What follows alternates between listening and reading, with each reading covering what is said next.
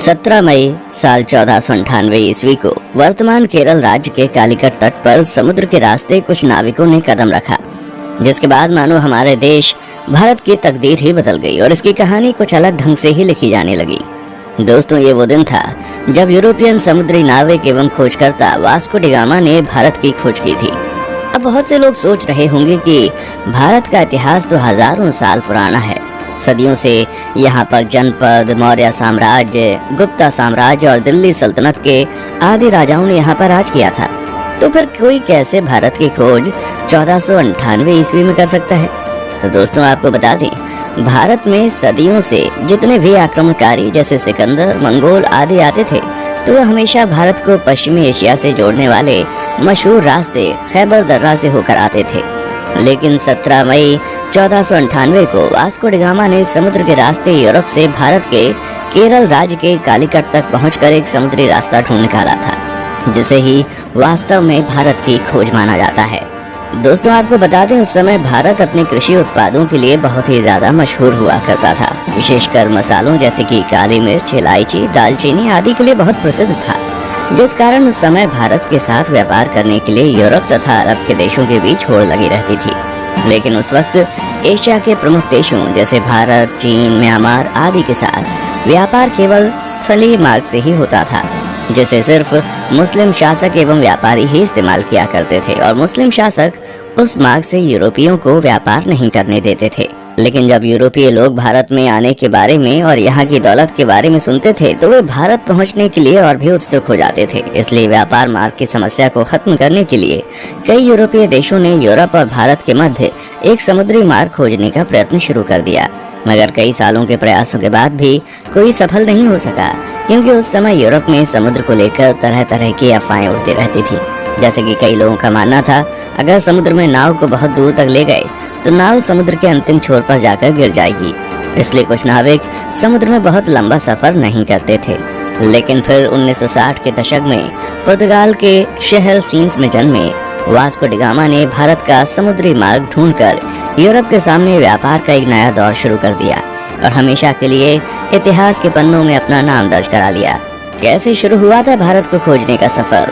दोस्तों, Vasco da gamma का जन्म 1960 के दशक के आसपास ही पुर्तगाल के सिंस में हुआ था। उनके पिता एस्तेवा भी एक अच्छे नाविक एवं समुद्री खोजकर्ता थे। वास्को डी गामा का सारा बचपन अपने पिता के साथ एक नाविक और यात्रा के माहौल में बीता था।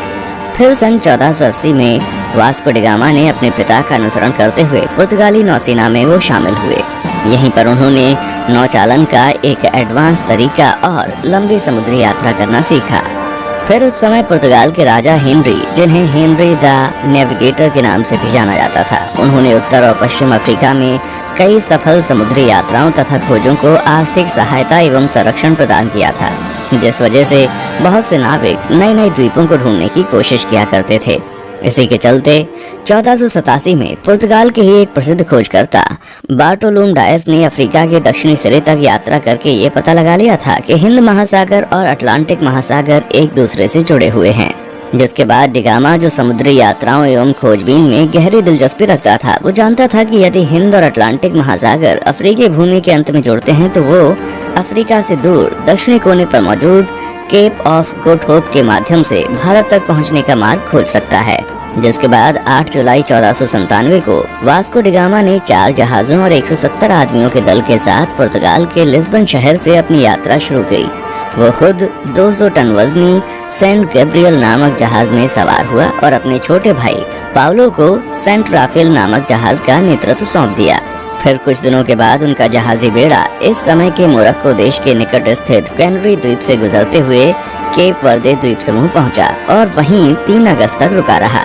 आपको बता दें, वे लोग जहाज पर अपने साथ पत्थरों के स्तंभ लेकर आया करते थे, जिसे वे लोग अपने मार्ग को चिन्हित करने के लिए विभिन्न महत्वपूर्ण पड़ावों पर स्थापित कर दिया करते थे, जिससे कि उन्हें वापसी का रास्ता मालूम हो सके।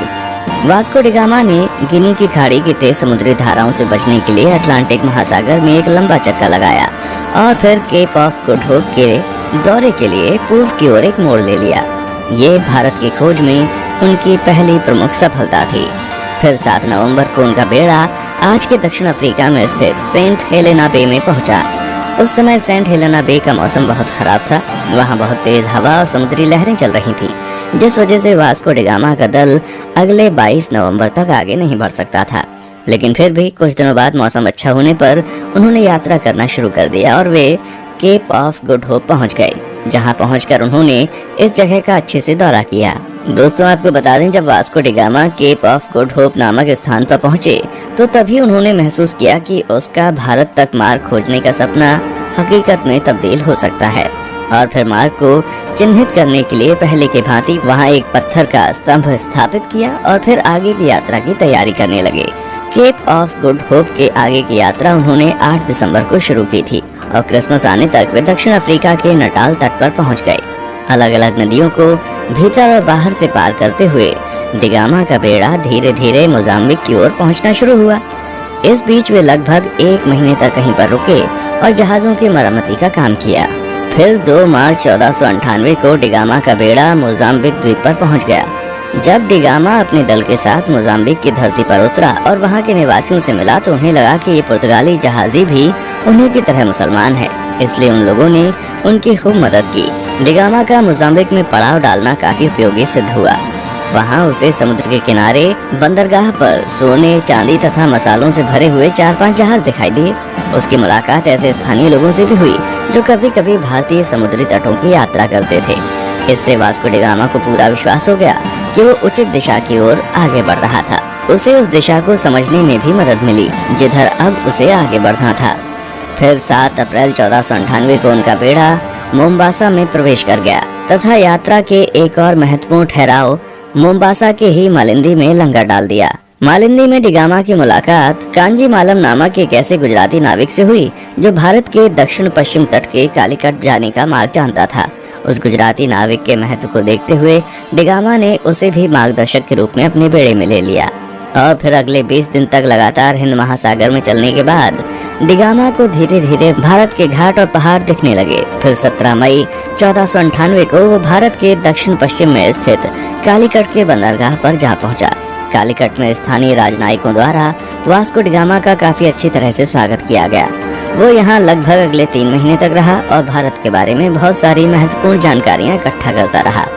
दोस्तों, वास्को डी गामा के भारत आने और उसके कालीकट में उतरने के बाद भी कई ऐसी घटनाएं हुई जिसके बारे में अभी भी लोगों में सहमति नहीं हो पाई है, लेकिन हम अपने किसी और वीडियो में उसके भारतीयों के साथ किए गए जुल्म और अत्याचार पर अलग से वीडियो बनाएंगे।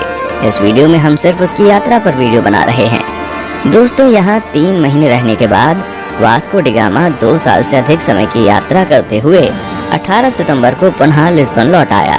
इस दौरान उसने लगभग 38,600 किलोमीटर की यात्रा की थी।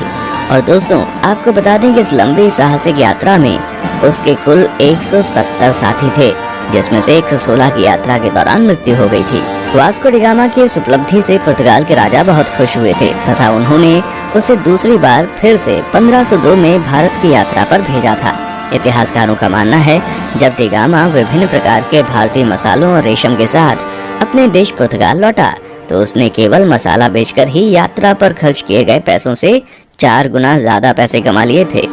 दोस्तों, फिर 1524 में वास्को डी गामा की मृत्यु कालीकट में ही तब हो गई जब वो अपनी तीसरी यात्रा पर भारत आया हुआ था और कई इतिहासकारों के मुताबिक उसकी मृत्यु का कारण मलेरिया था।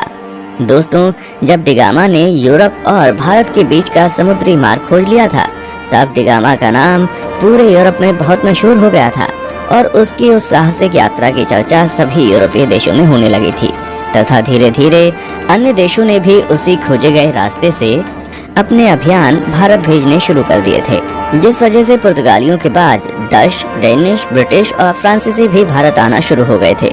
उसके बाद आगे के दशक में भारत में जो भी हुआ वो हम अच्छे से जानते हैं कि कैसे भारत इन यूरोपीय देशों की कॉलोनी बन गया। दोस्तों, आज के लिए बस इतना ही। फिर मिलते हैं एक और वीडियो में। तब तक आप हमारे चैनल को लाइक, शेयर और सब्सक्राइब जरूर करें।